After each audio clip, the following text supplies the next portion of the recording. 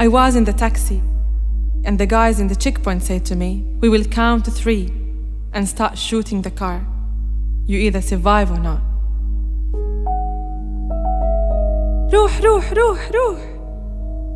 It felt like one of these movies we watch, but this one was real. You might think they are joking, but once you hear the first shoot in the car, you know your only choice is to pray that you are far enough to survive. People think that we would like to be here, but they have no idea how much we love our country. I will do anything just to know I can go back and be safe there. When I walk in the quiet streets, I remember our music coming from behind the walls,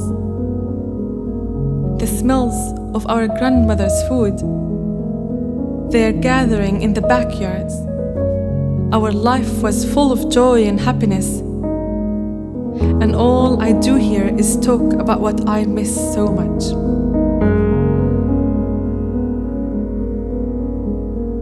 It was not an easy decision to make.